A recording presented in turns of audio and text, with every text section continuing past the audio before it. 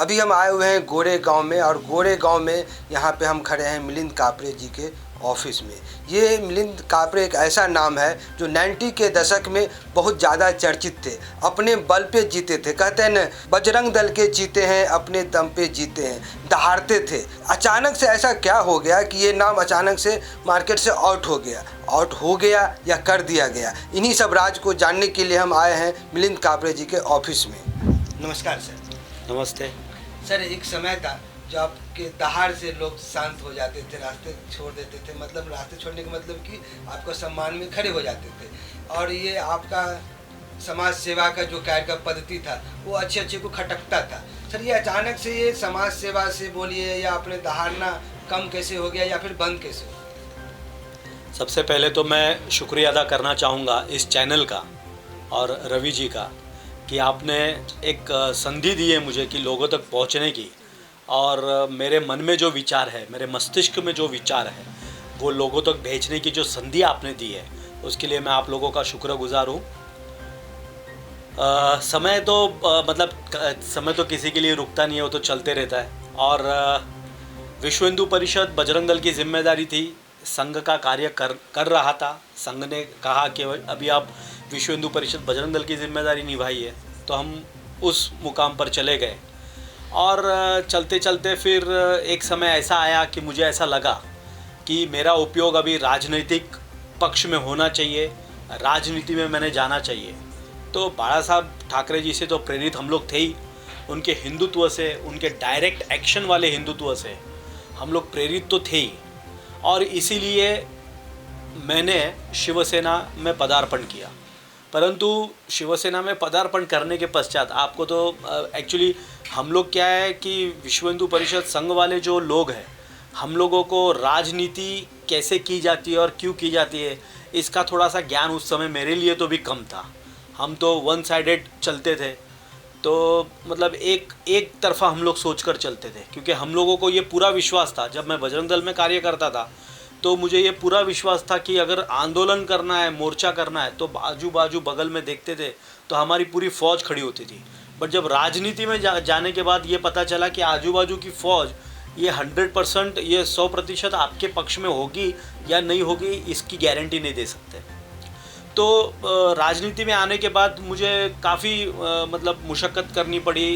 फिर लोकल नेता से थोड़ी सी तकलीफ़, और लोकल नेता फिर दबाने की कोशिश में, और इसके कारण ये गोरेगांव की जनता बहुत अच्छे से जानती है कि मिलिंद कापरे को दबाया गया, शांत किया गया कि वो खुद शांत हो गए।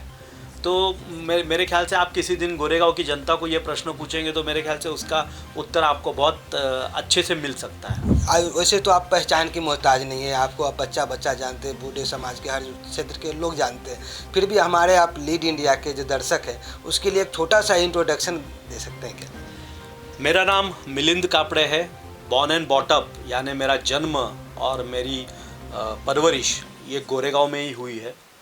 मैं MTS खालसा स्कूल जो भांगूर नगर में है, वो स्कूल में मैं पढ़ा हूँ। फिर मैंने दालमिया कॉलेज में मैंने अपना शिक्षण प्राप्त किया। फिर मैं पाटकर कॉलेज में था, मैंने NCC ये मैंने पाटकर कॉलेज के यूनिट से मैंने पूर्ण की।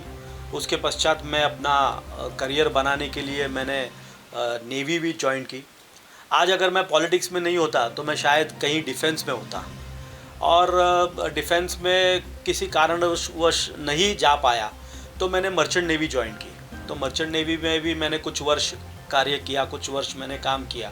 बट एक सोशल लाइफ जीने का एक हमेशा से ही प्रयत्न रहा था। सोशल लाइफ मतलब समाज सेवा, इस विषय को लेकर ही बचपन से नींव डाली गई थी हमारे सबकॉन्शियस या हमारे मस्तिष्क में, तो इसलिए वो लाइफ इतनी भाती नहीं थी। तो कहने का तात्पर्य ये है कि हम लोग मतलब इस हिंदुत्व के लिए, इस समाज के लिए, इस लोगों के लिए तत्पर और अग्रसर रहकर कार्य करते रहते हैं। वैसे तो आप हिंदुत्व और राष्ट्र प्रेम आप में कूट के भरा हुआ है। मैंने आपका एक यूट्यूब पे एक वीडियो देख रहा था कि अमरनाथ साइन बोर्ड का एक केस चल रहा था, जब ये जेल भरो आंदोलन का कार्यक्रम जैसे लोग ले रहे थे, तो ऐसा बोला जा रहा है कि महाराष्ट्र में इस चीज़ को तूल आपके कारण से पकड़ा। और क्या सर, ये क्या राज क्या है सर? देखिए ऐसा है कि आरोप लग रहा है सर कि आपने इस आग को भड़काया।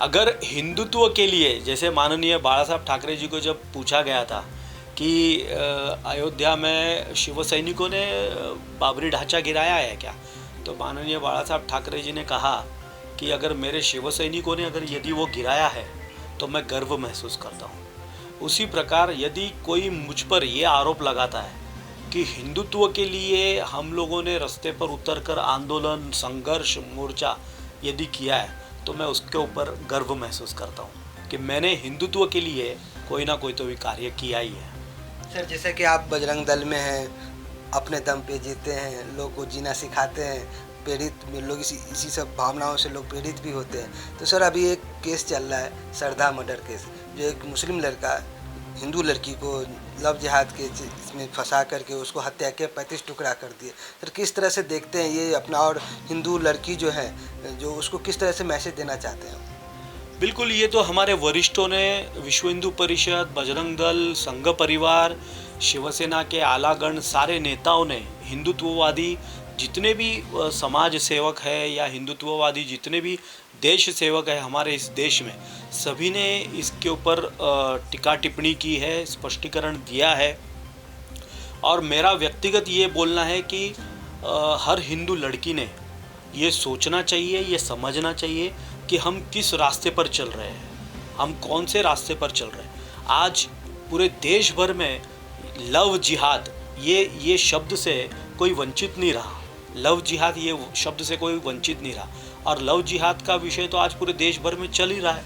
तो हर हिंदू लड़की ने ये सोचना चाहिए, कदम उठाने से पहले, प्रेम किसी से करने से पहले ये सोचना चाहिए कि मैं कहीं कुछ दलदल में तो नहीं फंस रही हूँ, मैं कहीं किसी षड्यंत्र का शिकार तो नहीं बनने जा रही हूँ। ये जो लड़कियां भाग के शादी कर लेती हैं, माँ बाप के अगेंस्ट शादी कर लेते हैं, या फिर कभी कभी तो माँ बाप भी समझ नहीं पाते हैं और शादी कर देते, तो उसका परिणाम मैंने खुद भगत सिंह में भी देखा है।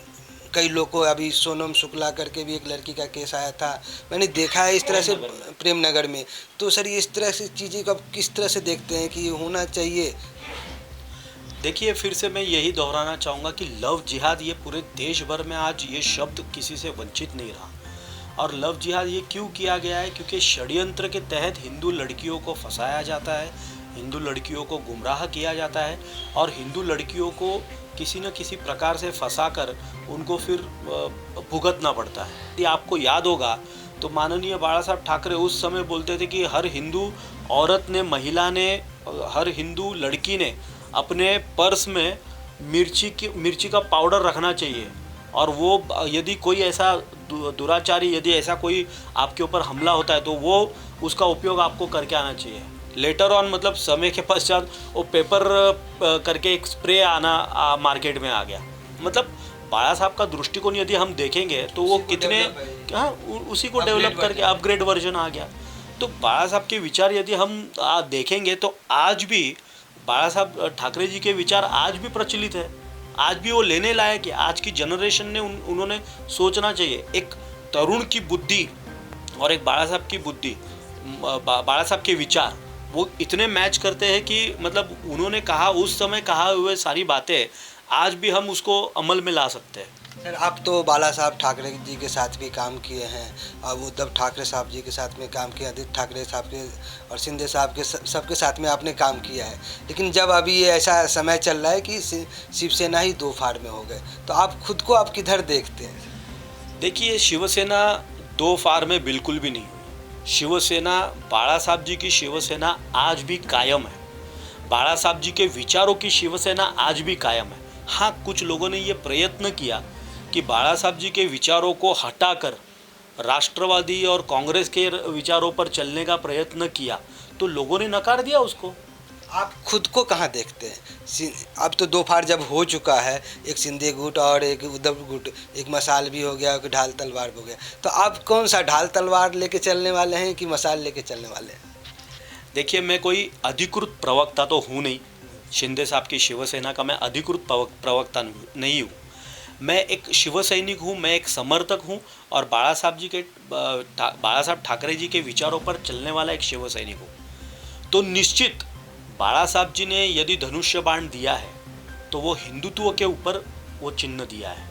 धनुष्य बाण ये प्रभु श्री रामचंद्र जी का धनुष्य बाण है, तो हिंदुत्व को वो प्रेरित करता है।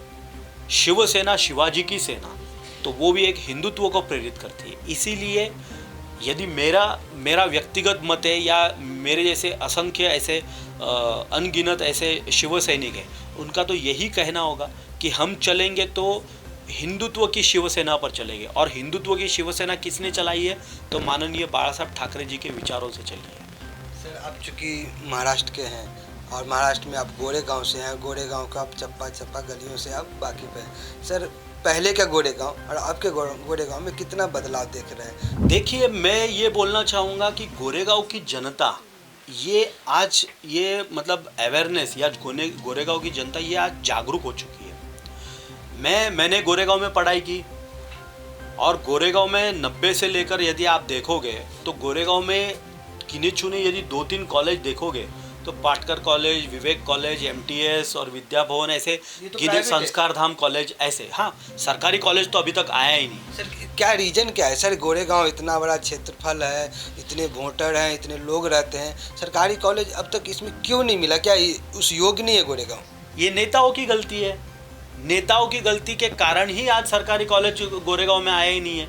अच्छा, दूसरा सबसे महत्वपूर्ण, आपने मराठी का विषय लिया था। मैं खुद महाराष्ट्रियन हूँ, मैं मराठी हूँ। अब मराठी होने के बावजूद हमारी मराठी स्कूल आज गोरेगांव में कितनी चल रही है?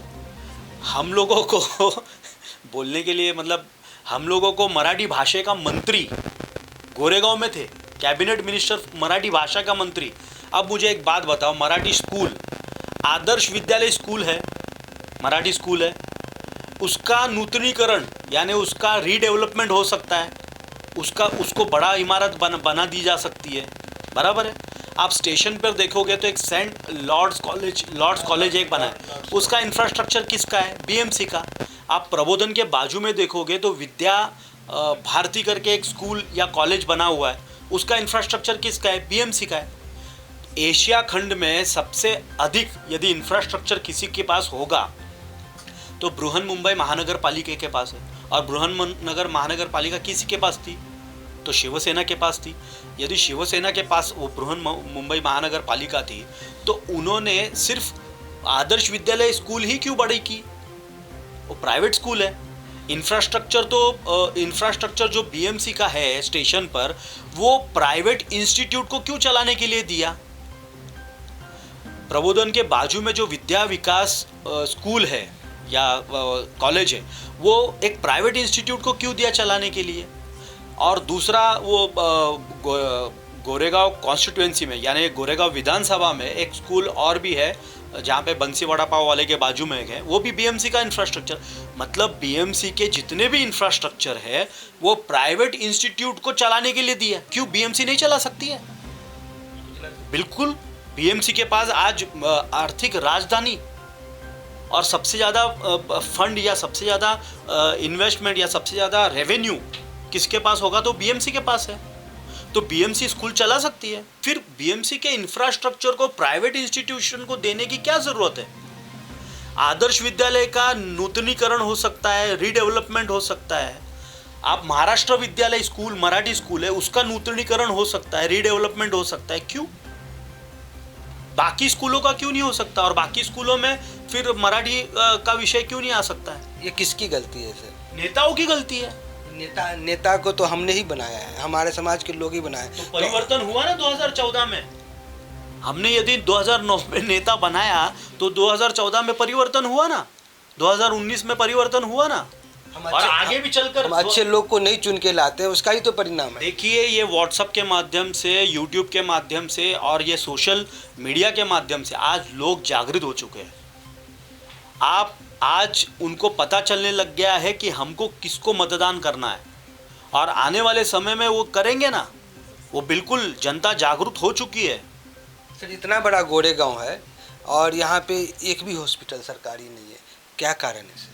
जो एक हॉस्पिटल था सिद्धार्थ हॉस्पिटल, उसको भी गिरा दिया गया। उसके लिए कितने लोगों ने आंदोलन किए, कितने लोगों ने मोर्चे किए।